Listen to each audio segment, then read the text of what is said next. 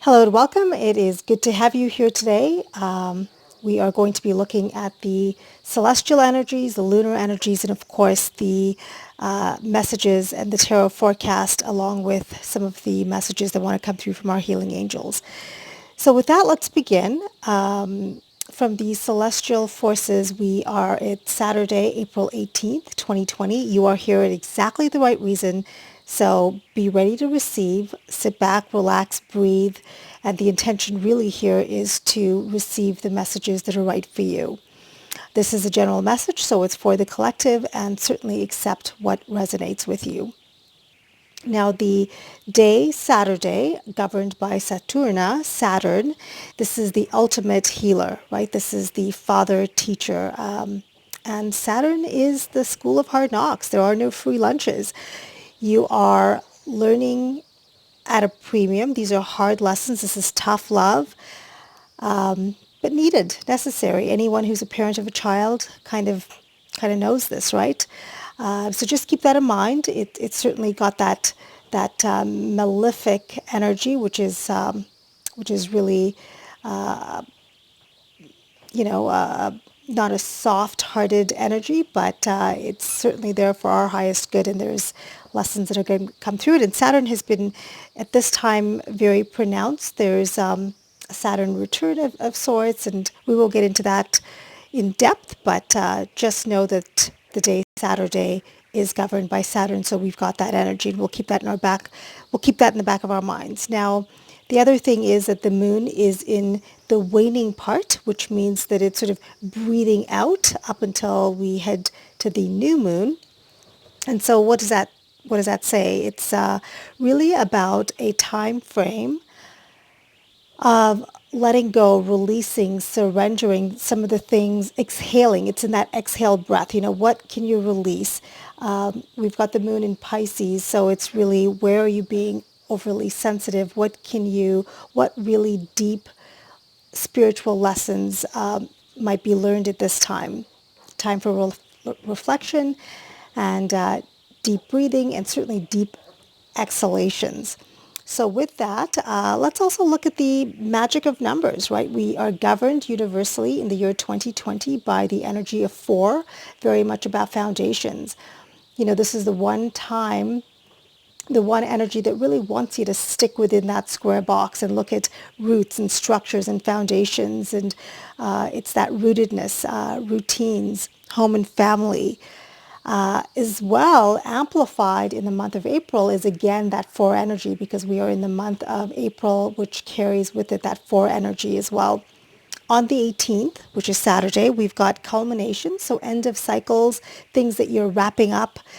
Great day to look at the week that has just passed, and sort of wrap up any loose ends. So those are some of the celestial and lunar forces that are going to preface this reading. Like I said, we've got the Orbifold Tarot here. This is by a Canadian designer out of Montreal, I believe. And I've really enjoyed this particular deck for its simplicity, but it's quite insightful. I love the fact that it really brings in elemental energies, which really means that it's a real good thematic deck. I'm happy to talk about it at a future time, but for now, let's look at the reading, and we'll specifically look at 4 sectors. We'll look at the sector of personal growth and development. We'll look at the sector of home and family. We'll look at the sector of love and relationships, one-on-one partnerships, and then we'll look at the sector of achievements and career. Of personal development, we have got, well, this is certainly a time for renewal in a big way, right?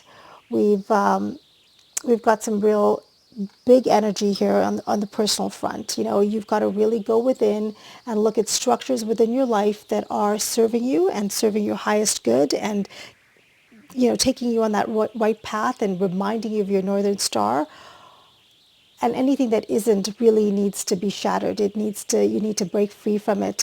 Old routines, old foundations, old practices that just no longer serve you. And in this time where we are, a lot of us across the globe are reflecting, are homebound, are self-isolating, great time to really think through and take inventory of some of those aspects of your personal creativity, your personal life, your personal identity.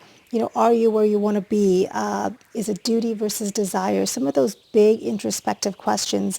This is really a time to hearken and pay attention to that soul purpose and that divine soul calling. What lights you up? This is that time, and either you take care of it or the universe is going to take care of it for you. And this isn't something that really happens to you. It really happens for you. So it's really a good time to look at that and, like I said, take inventory, take stock of what's important and what needs to really come alive and be rebirthed or be birthed for the first time. So now in the area of home and family, we've got a very appropriate, gentle energy of sort of the child, right? This is the nurturing, this is the self-nurture, this is a very warm, new childlike spirit. And it really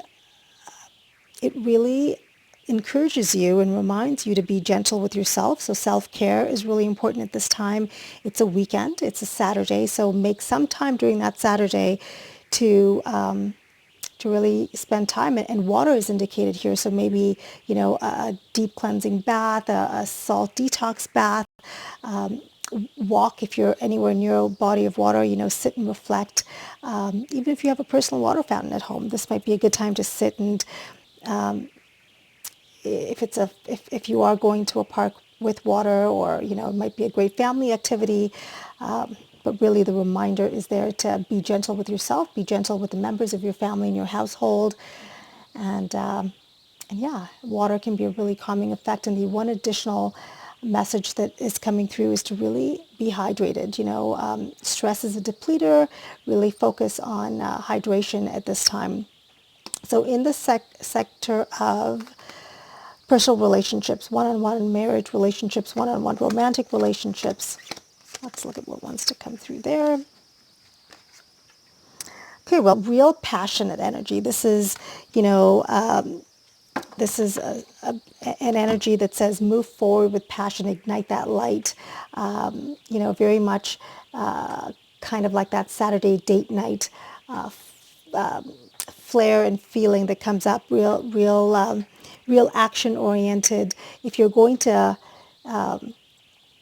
do something, make sure that there's some activity involved. This calls for real, maybe go for that walk, right? Do something with your beloved. And for friends that are single out there, this is really an activation call. This is a call to maybe go take that walk or do something that requires action and passion and something that really is a heart's desire. That is the sector of relationships. And this isn't just one-on-one personal marriage type relationships. This could be in the sector of work because, fire energy often is entrepreneurial. So for those budding entrepreneurs, this might be a real good time to sit and put that business plan in motion in terms of thought and in terms of getting it sort of thought through and, putting those cycles in motion. Now, finally, in the sector of achievements and career, let's look at what wants to come through there. And, appropriately, we have got a very thoughtful elemental here. This is the element of air, which forces or harkens back to thought and communication. Interestingly, the eighth day of May may be of particular importance to someone, and it's also, I see pyrite here that I've brought along with us to this reading, and it really is an activation stone. It's fire, it's vitality, and you're really called to think through, aspects regarding career and achievements, and also quite certainly be aware of self-imposed limitations. This is, is it really so? Do you really have that obstacle, or is it sort of a prison of your own making, right? Really think through that. And now let's look into our healing angels and see what they have in terms of guidance to leave us with.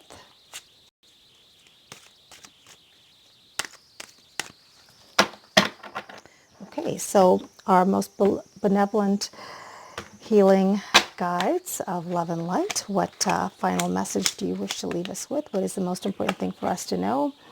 Wow, it is that of soul connections, that sacred union, soulmates. So it's really saying, take the day to be grateful for the soul connections in our lives.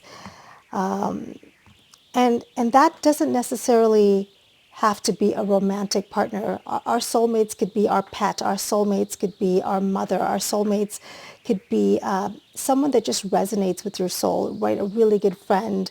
That connection, to revere it, to also look to it for support and gentle energy. Could be a child. It's just a kindred soul friend, a soul connection that you see eye to eye with on all levels. And it's, really a reminder and an encouragement to touch base with this person this Saturday. Make some time along with the self-nurturing piece. This is part of that, to really look to a soul friend. So with that, I wish you an excellent Saturday. Have a great day, and we'll see you again very soon. Bye for now.